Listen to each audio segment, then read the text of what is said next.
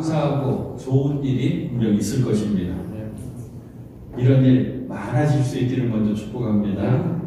콧노래가 흥얼거리죠. 어깨춤이 절로 추워지는 그런 시간들입니다. 왜 이렇게 잘 되지? 왜 이렇게 잘 풀리지? 왜 이렇게 순탄하지? 아이들 말로는 왜 이렇게 잘 나가지? 그때 우리는 춤을 추고 노래를 부르게 됩니다. 하지만 그 노래와 춤이 한순간 멈춰지게 되는 그런 순간도 분명히 옵니다. 그래서 우리는 두 가지를 항상 기억하며 살아야 됩니다. 내가 노래 부르면서 춤출 때도 있지만 주저앉아서 눈물 흘릴 때도 있구나.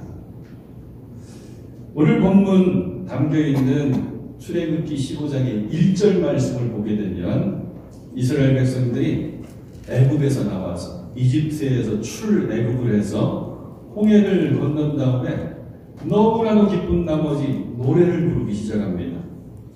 1절 말씀 이렇게 되어 있죠. 그때에 모세와 이스라엘 자손이 이 노래를 불러서 주님을 찬양하였다.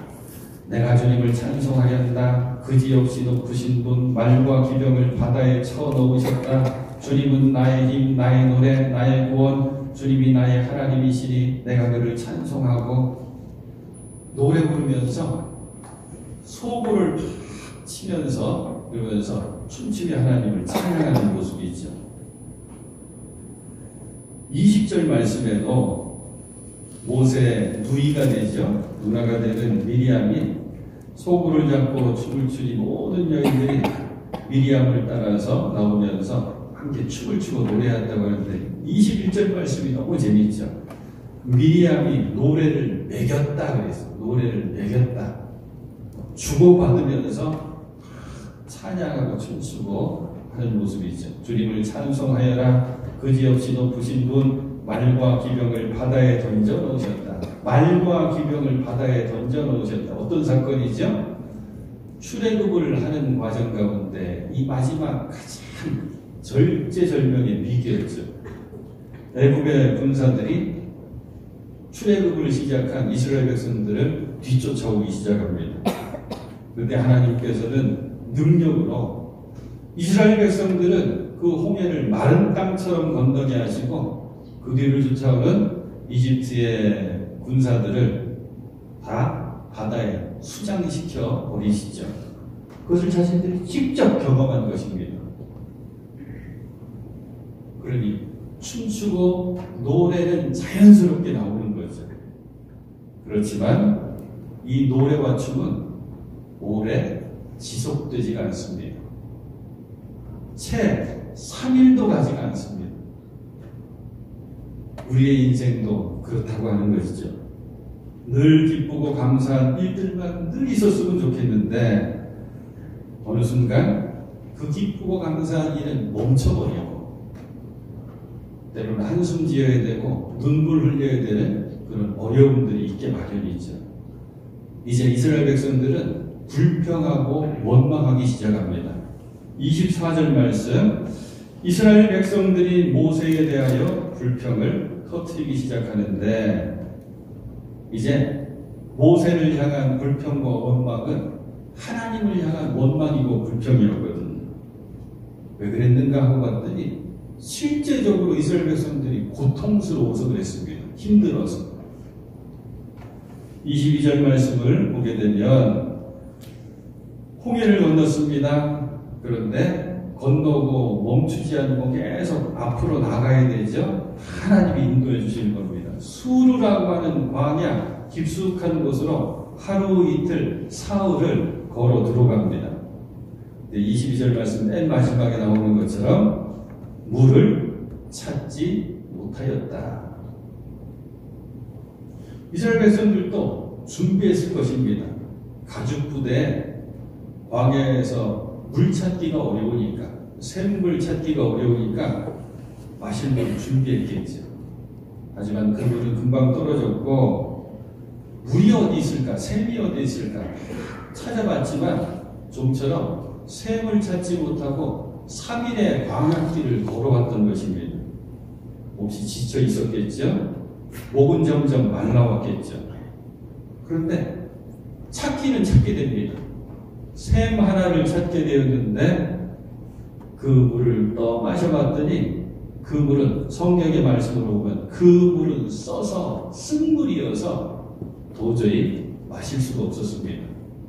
그 물이 쓴물이었다. 어떤 의미일까요? 광야의 샘들 가운데에는 많은 샘들이 미네랄의 농도가 아주 높아가지고 특별히 이쪽 지역에는 암염이라고 하는 바위로 된 소금이 많이 있는데 그것이 많이 녹아 들어가면 글자 그대로 쓴물이 되어서 마실 수가 없습니다. 마시게 되면 오히려 목이 더 갈증이 생기고 심하면 배앓이를 하고 더 심하면 쓰러져 버립니다. 그러니까 상황이 이런 것입니다. 사흘길을 광야길 걸어와서 몹시 지쳐 있습니다. 준비했던 물은 다 떨어졌습니다. 가까스로 마실 수 있는 샘물인가 하고 샘물을 찾아봤는데 마셔봤더니 목은 더 마르고 배앓이를 시작하게 되고 약한 사람들은 쓰러져서 신음하기 시작하고 할 수 있는 게 불평이었고 원망밖에 없는 상황입니다. 우리들의 인생을 살다 보면 이렇게 좌절할 수밖에 없고 고통할 수밖에 없는 그런 순간을 다들 경험하게 됩니다. 아마 여러분들도 한두 번이 아니죠. 여러 번을 이런 경험들, 마라의 쓴물의 경험을 다 해보셨을 것입니다. 아니 지금 이 순간 현재 마라의 쓴물 가운데 계신 분도 계실 수가 있습니다. 오늘 말씀을 통해서 우리가 배우고자 하는 것은 왜 하나님께서는 하나님의 자녀된 우리들에게 마라의 쓴물을 허락하실까? 왜 고통을 우리에게 허락하실까? 마라의 쓴물까지도 누가 데리고 오신 거예요? 하나님께서 이 백성들을 인도해 주신 거예요. 그 의미를 찾으면서 함께 은혜를 나누고자 하는 것입니다. 첫 번째는 마라의 쓴물을 우리에게 주시는 것, 고통을 우리에게 허용하시는 것은 첫 번째는 때때로 하나님 우리를 시험하시기 때문입니다. 오늘 말씀 가운데 25절에 맨 마지막 이렇게 되어 있죠. 그들을 시험하신 곳이 바로 이곳이다. 바로 여기서 수르 광야에서 하나님께서 이스라엘 백성들을 시험하셨다는 거예요. 시험에 관한 말씀 가운데 우리가 놓치면 안 되는 말씀이 야고보서에 있거든요. 야고보서에 1장 3절 말씀, 13절 말씀을 보게 되면 제가 언급해 드립니다. 시험을 당할 때 아무도 내가 하나님께 시험을 당하고 있다 하고 말하지 마십시오. 하나님께서는 악에게 시험을 받지도 않으시고 또 시험하지도 않으십니다. 이상하죠? 지금 출애굽기에서는 바로 그곳에서 하나님께서 이스라엘 백성들을 시험하셨다 그랬는데 사도 야고보가 초대교회 성도들에게 전해주는 교훈 가운데는 하나님은 시험하시는 분이 아니시라고. 시험을 당할 때 내가 하나님께 시험을 당한다 이런 말 하지 말라고 가르쳐주고 있거든요. 어떤 차이가 있을까요? 야고보서의 시험은 유혹으로서의 시험입니다. 그래서 야고보서 1장 13절 14절 15절이 여러분들이 잘 아는 성경 말씀이에요. 제가 읽어드릴게요. 사람이 시험을 당하는 것은 야고보서가 말하는 시험입니다. 시험을 당하는 것은 각각 자기의 욕심에 이끌려서 꿰매 빠지기 때문입니다. 우리들이 시험 당할 때가 있는데 많은 시험의 경우가 내 욕심 때문에 생기는 시험이라는 거죠. 미혹의 그 욕심 때문에 빠져버릴 때 겪게 되는 시험이라고 하는 거죠. 하나님은 그런 시험을 안 하신다는 거예요. 15절 말씀은 여러분들이 잘 아는 성경 구절이에요. 욕심이 잉태하면 죄를 낳고 죄가 자라면 죽음을 낳습니다.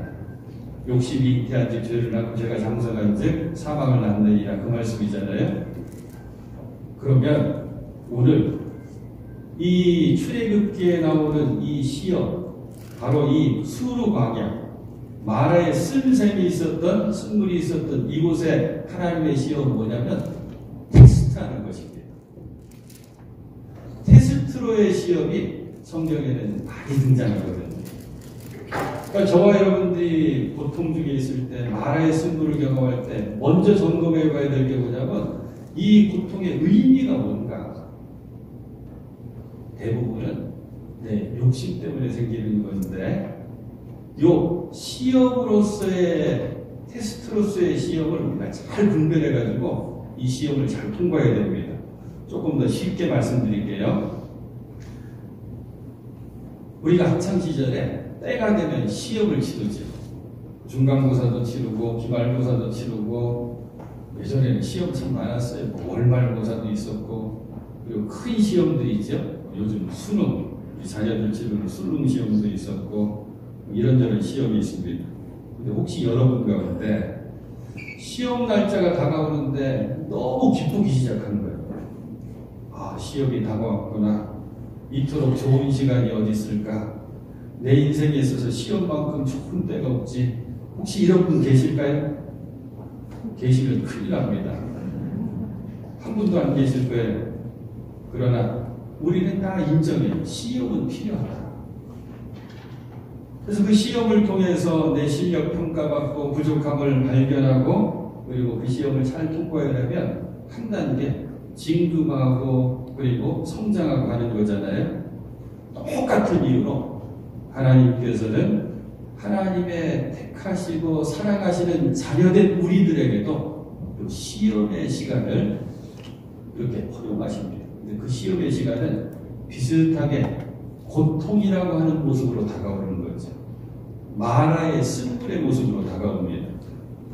자, 이스라엘 백성들이 사흘전에 노래 부르고 춤추면서 최고의 순간을 경험했습니다. 그렇게 능력으로 함께 해주신 하나님을 자신들이 직접 경험하면서 하나님을 높이 찬양하고 아주 기뻐했죠. 딱 사흘이 지났습니다. 마라의 쓴물을 경험한 그들은 원망하기 시작했다고 했는데, 하나님께서 이렇게 시험하시는 거예요. 너희들 마라의 쓴물을 마시면서도 여전히 나를 찬양할 수 있겠느냐? 이 시험을 하시는 거죠. 어떤 신학자가 이런 교훈을 우리에게 줬습니다. 하나님을 사랑하는 자녀된 우리들은 하나님을 다 사랑하는데 그 사랑의 모습에는 두 가지 모습이 있다는 거예요. 첫 번째는 자기 자신을 너무너무 사랑하기에 하나님을 사랑하는 모습이에요. 두 번째는 하나님을 진심으로 사랑하기에 하나님을 사랑하는 모습. 어떤 의미인지 아시겠죠? 내 자신을 진심으로 사랑하게 되면 내 마음에 소원들이 있고 바램들이 있습니다. 하나님께서 은혜 가운데 그것을 이루어 주시면 자동으로 하나님을 사랑하게 되는 거예요. 근데 이게 나쁘냐? 나쁜 것 아닙니다. 대부분 신앙의 시작은 이런 모습으로 시작됩니다. 그런데 하나님께서 우리 원하시는 것은 거기서 멈추지 말라고 하는 것이죠. 상황이 바뀌더라도, 오늘 말씀처럼 마라의 쓴물을 경험하고 있더라도 하나님이 하나님 되시기에 하나님을 진심으로 사랑할 수 있는 너가 되어야 된다 라고 하는 가르침을, 그런 귀한 은혜를 우리에게 계속 주시는 거죠.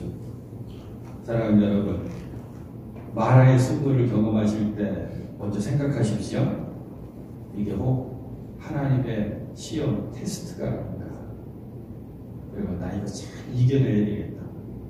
조건과 상황에 관계없이 하나님을 하나님으로서 내가 사랑할 수 있는 사람 되어야 되겠다. 이 마음을 먼저 간직하시길 바랍니다. 두 번째는 마라의 쓴물, 고통을 우리에게 허용하시는 이유, 놀랍게도 진정한 감사를 배우게 하시려고 허락하십니다. 마라의 쓴물을 경험하면서 모세가 하나님께 부르짖어 기도하기 시작합니다. 그랬더니 그 마라의 쓴물이 단물로 변화되는 놀라운 기적의 역사가 나타나는데, 그 내용이 25절에 있습니다. 25절 말씀 모세가 주님께 부르짖으니 주님께서 그에게 나무 한 그루를 보여주셨다. 그가 그 나뭇가지를 꺾어서 물에 던지니 그 물이 단물로 변하였다. 주님께서 그들에게 법도와 율례를 정하여 주시고 그들을 이렇게 시험하신 것이 바로 이것이다. 쓴물이 단물이 됐거든요. 그런데 생각해 봅니다. 이때 이스라엘 백성들이 그 갈급함 속에 마시면서 감격하고 그리고 좋았던 그 단물, 어떤 물일까? 설탕물 아닙니다. 꿀물도 아닙니다. 그때 흡족하게 갈증을 해가면서 마셨던 물은 우리가 평상시에 마실 수 있는 평범한 물입니다. 사랑하는 여러분, 우리가 새해를 맞이하면서 마음속에 자꾸 새겨놓는 고백이 있죠. 이 모든 게 다 평범함 속에 살아가는 모든 게 다 생각하면 하나님의 은혜고 감사의 제목입니다. 거저된 것 없습니다. 하나님의 사랑이 담기지 않은 것이 없습니다. 그래서 어떤 이들이 이렇게 말을 하죠. 심지어 고통은 우리에게 더 큰 감사함을 알게 한다고 이야기합니다. 생각해보니까 이런 얘기가 기억이 나요. 통증이라고 하는 것이 있잖아요. 사람의 몸에 이상이 생기면 통증으로 먼저 나타나죠. 통증도 생각하면 감사하다. 문둥병이라고 하는 병, 요즘은 문둥병 부르지 않고 한센병하고 하는 병의 특징이 뭡니까? 신체 끝마디에 감각이 없어지는 거예요. 감각이 없기 때문에 자기가 지금 병든 줄을 모릅니다. 신체의 끝부분이 떨어져 나가는 것을 모른다고 그랬잖아요. 못 느낀다고. 때로는 통증까지도 감사할 수 있는 진정한 감사를 깨닫게 해주는구나. 오늘 말씀 가운데 여러분들이 꼭 붙들어야 될 것은 뭐냐면, 모세에게 하나님께서 보여주시고 지시해 주신 그 나뭇가지를 꺾어서 여전히 쓴물만 나오던 이 샘에다가 마라, 쓰다고 하는 이름의 뜻, 이 샘에다가 던졌을 때 마실 수 있는 단물이 됐다고 하는데, 그 나무의 의미가 뭘까? 이것을 기억하셔야 됩니다. 나무의 의미는 모든 학자들이, 모든 설교가들이 이렇게 이야기하죠. 이 나무의 의미는 신약의 예수 그리스도의 십자가입니다. 우리가 삶을 살아가면서 느끼는 모든 고통, 마라의 쓴물, 그 가운데 예수 그리스도의 십자가가 마라의 쓴물, 내 심령의 중심에 던져졌을 때, 그때 쓴물은 단물로 변하는 것입니다. 이게 십자가의 은혜입니다. 이 십자가의 은혜를 꼭 붙들고 진정 감사하며 살아갈 수 있는 여러분들 되실 수 있기를 축복합니다. 세 번째, 마라의 쓴물, 고통을 허용하시는 이유, 우리에게 소망을 주시기 위해서입니다. 오늘 말씀 가운데 이 말씀을 읽으면서 장면을 상상해 보면 아주 멋진 풍경이 그려지는 말씀이 27절이거든요. 27절 말씀, 그들이 엘림에 이르렀다. 엘림 기억하셔야 돼요. 거기에는 샘이 몇 곳이 있고요. 12곳이나 있고, 샘이 좋은 물이 샘솟아 오르는 샘이 12샘이 있고, 종려나무가 몇 그루요? 70그루나 있었다. 70그루의 종려나무가 대추야자나무거든요. 이게 아주 풍성한, 아주 넓은 좋은 물이 나는 풍경이 멋진 오아시스죠. 그래서 그곳에 그들은 물가에 진을 쳤다. 사랑하는 여러분, 우리 꼭 기억하셔야 돼요. 마라의 쓴물을 경험할 때, 왜 이 마라의 쓴물을 경험하면서 우리는 불평, 원망, 한숨 지으면서 주저앉아 버리는가? 왜 여기서 고통의 진정한 의미를 다시 한번 생각하면서 일어나지 못하는가? 엘림을 바라보지 못하기 때문입니다. 엘림을 기억해내지 못하기 때문입니다. 마라의 쓴물 단물이 됐던 그 장소에서 엘림 12샘이 있고 70그루의 풍성한 종려나무가 있었던 이곳까지의 거리가 실질적으로 얼마 떨어지지 않았습니다. 내 손에 잡히진 않습니다. 내가 고개를 돌린다고 보이는 장소는 아닙니다. 하지만 조금만 힘을 내서 가게 되면 엘림을 갈 수 있는데 보이지가 않으니까 잡히지가 않으니까 마라의 승부에서 절망해버리고 마는 거죠. 사랑하는 여러분, 당장 내 손에 엘림이 잡히지 않아도 내 눈에 엘림이 보이지 않아도 소망이죠. 소망 가운데 조금만 힘을 내시면 가까운 곳에 엘림이 있음을 꼭 기억하시길 바랍니다. 이게 소망이 주는 힘입니다. 사람들은 그런 얘기 있어요. 먹지 않으면 40일을 버티고요. 물이 없으면 8일 버틴대. 숨 쉬지 않으면 4일 버티는데 한순간도 버텨내지 못하는 순간이 뭐냐면 희망이 없을 때라는 거예요. 소망이 없을 때. 우리들 옆에 하나님께서 엘림을 예비하고 계심을 꼭 기억하시길 바랍니다. 오늘 말씀을 준비하면서 재미있는 인상말, 재미있는 격언 이거 하나 찾았거든요. 청교도들이 신앙의 자유를 찾으려고 신대륙에 가서 모진 어려움을 당했던 이 청교도들이 이런 인상말을 했대요. 뭐냐면 가장 좋은 것은 아직 오지 않았습니다. 그랬대요. 그래서 찾아봤죠. 영어로도 나와요. 영어가 간단해요. 그러니까 제가 소개한 건 최고 좋은 것, 더 베스트죠. 더 베스트 is 아직 yet to come 이루어지지 않았습니다. 그러면서 인사를 했다는 거예요. 또 찾아봤죠. 유명한 여러분들 젊었을 때 듣고 멋지다 했던 뭐 프랭크 시나트라 뭐 이런 가수들이 요걸로 또 노래를 지어서 불렀더라고요. 근데 생각해보면 의미가 있어요. 가장 좋은 것은 아직 오지 않았습니다. 오늘 말씀을 비추면 엘림은 지금 내가 붙잡고 있고 내가 딛고 있지는 않지만 아직 오지 않아서 가까운 곳에 있습니다. 소망이. 사랑하는 여러분, 마라의 쓴물 중에도 이 하나님을 깊이 경험하시는 여러분 되실 수 있기를 축복합니다. 그리고 마라의 쓴물 가운데 그 고통의 의미를 자꾸 찾으려고 하십시오. 혹 이게 하나님이 나를 향한 테스트가 아닌가? 이 고통 속에서 진정한 감사를 배우게 하시려고 하는 것 아닌가?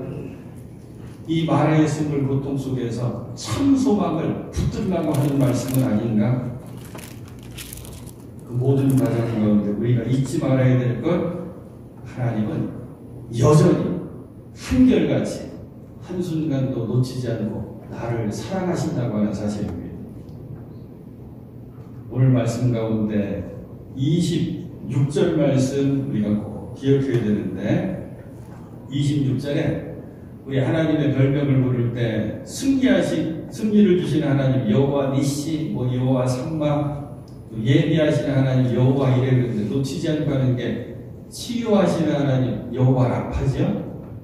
여호와 라파 성경 아무리 찾아봐도 여호와 라파 나오지가 않습니다. 26절에 여호와 라파가 나오는 거예요. 자, 26절 말씀 함께 보실까요?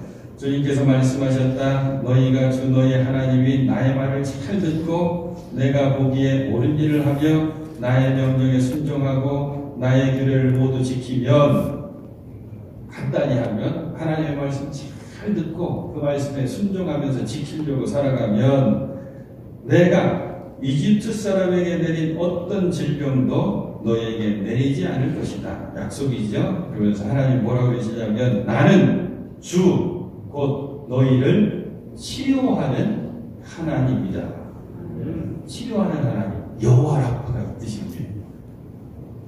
성경에 여호와 라파가 어디 있어요? 그러면 요 말씀입니다. 요 본문의 말씀. 사랑하는 여러분, 마라의 쓴물, 저도 여러분들도 뭐 겪지 않았으면 좋겠습니다. 고통스러우니까요. 힘드니까요.